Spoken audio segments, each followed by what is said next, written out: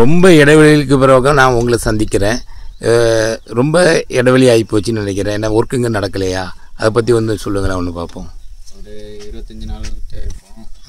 கும்ப ஈட்டமல்ல இன்னொரு சைட்டில் வேலை நடந்துட்டு இருக்கு. அங்கே கொஞ்சம் கும்பாபிஷேகம் 10ஆம் தேதி. அதனால கிரெயின் அங்கே கொண்டு போக வேண்டியதாகிடுச்சு.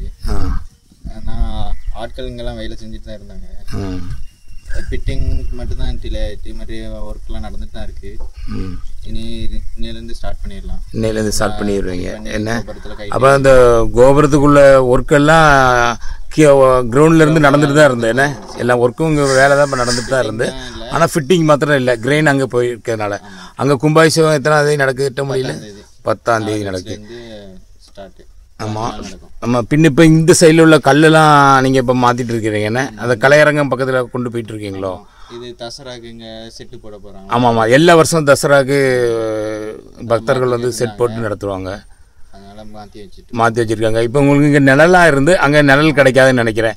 அதுக்கு அவங்க பந்தல் போட்டு தரேன்னு சொல்லியிருக்கிறாங்களா? அப்படியா? வேலை பாருங்க அதில் இருக்காங்க. அப்போ பந்தலுக்குள்ள ஐட்டங்கள்லாம் வந்து இறங்கி இருக்குது பார்த்தேன். சரி, வேறு இப்போ கோயில் வேலையெல்லாம் எப்படி நடந்துகிட்ருக்கு, எங்கே வர ஆகிருக்கு, அதை ஒன்று கொஞ்சம் சொல்லித்தர முடியுமா? சரி வாங்க பார்ப்போம். மணிகண்டா, இந்த தூண் வந்து பார்த்தேன். இந்த தூண் இது எங்கே வரக்கூடிய தூணாக்கும்? இது முன்னாடி நமஸ்கார மண்டபத்துக்கு மணிமண்டபம் சொல்லுவீங்களா? அதானே? அதுக்கு மொத்தம் எத்தனை தூண் வருது? இந்த மாதிரி மொத்தம் 16 தூண். இந்த மாதிரி தூண் வந்து மொத்தம் 12. அது போக 4 வந்து 2 யாலியும் 2 சிம்மபாதமும் வரும். யாலி சொல்லுறது வந்து ஏற்றம் ஃப்ரண்டில் வரும். ஏன்னா கோயிலுக்கு ஏற்றம் ஃப்ரண்டில் யாலி வருது. வரும். பின்ன 2 சைடில் சிம்மபாதம் வரும். சரி சரி. ஃபஸ்ட்டு இந்த தூண்லாம் அடிச்சுட்டு ஆரம்பிச்சாச்சு. யாலி மட்டும் அடிக்க ஆரம்பிக்கணும். கல் அதுக்கு. ஆமாம், இந்த தூண்கள்லாம் அடிக்க ஆரம்பிச்சிட்டீங்க. இன்னும் யாலியும் சிம்மபாதம் உள்ள தூண் வந்து கல் வர வேண்டி இருக்குது உங்களுக்கு. அப்போ இத்தனை நாள் ஒர்க்கு நடந்துட்டு தான் இருந்திருக்கு. என்ன நீங்கள் இல்லட்டாலும் கிரெயின் மாத்திரம் தான் அங்கே போயிருக்கு. இங்கே உங்கள் ஆட்கள் வந்து ஒர்க்கு நடந்துட்டு தான் இருந்திருக்கு. என்ன அதில் ஒரு இது இல்லை. இதில் ஒவ்வொரு இதுலேயுமே இந்த மாதிரி 4 பக்கமே பூ டிசைன் வரும். ஓகே. சரி சரி. இதில் கிளி வரும். ஒவ்வொன்றையும் வித்தியாசமாக நாங்கள் போடுவோம்.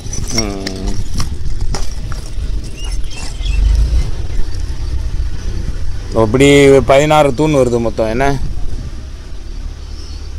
நீங்கள் என்ன இந்த கல்லெல்லாம் வந்து கோபுரத்துக்கு மேலே உள்ள கல்லுகளா இங்கே நீங்கள் அடித்து வச்சுருக்கிறது எல்லாம்? எல்லாமே கோபுரத்து 2 கோபுரம் உள்ளது. அப்படியா? கல்லெல்லாம் நீங்கள் எத்தனை அடி ஹைட்டுக்கு இப்போ அடித்து வச்சுருக்கிறீங்க? கீழே கிடக்கிறது எல்லாமே மேலே ஏற்றணும்னா ஒரு 4 அடி எக்ஸ்ட்ரா ஏறிடும். என்ன சரி சரி. இப்போ இந்த கோபுரம் அந்த வேலை நடந்துட்டு இருக்கலாம், அந்த கல் வந்து மேலே வச்சுருக்கலாம். அந்த கல் என்ன கல்லாகும்? பேர் என்னது அதுக்கு? அது சித்தூத்திரம். சித்தூத்திரம் சொல்லுறது அதுக்கு பேர். அது வந்து நீங்கள் வந்து ஃபிட் பண்ண வேண்டியிருக்கோம். எடுத்து வச்சுருக்கிறீங்க. என்ன சேர்மானம் சேர்க்கணும். ஓ, அப்போ உஜ்ஜயினி மகா காளியம்மனுக்கு சித்தூத்திரம் கல் மேலே எடுத்து வச்சுருக்கீங்க.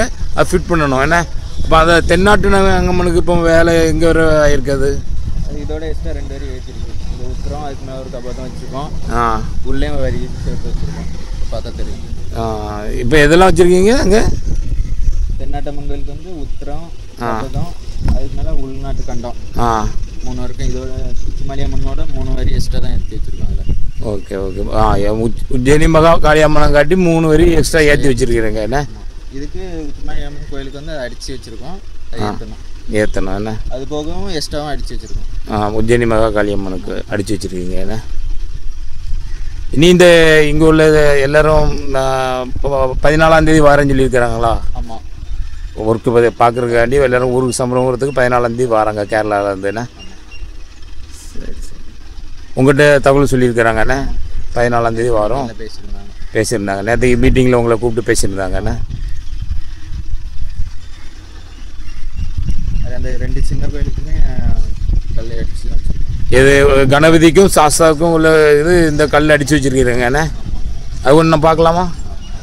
இந்த கல் வந்து கணபதிக்கும் சாஸ்தாவுக்கும் வேண்டி ஃபிட் பண்ணதுக்கு வேண்டி அடித்து வச்சுருக்கீங்க. என்ன ஓ, இது கணபதிக்கும் சாஸ்தாவுக்கும் உள்ள கல்லா? 2 கோயிலுக்குமே 2 கோயிலுக்குமே அடித்து வச்சுருக்கிறீங்க. என்ன இப்போ உங்களுக்கு இன்னும் ஃபிட் பண்ணணும். என்ன இதெல்லாம்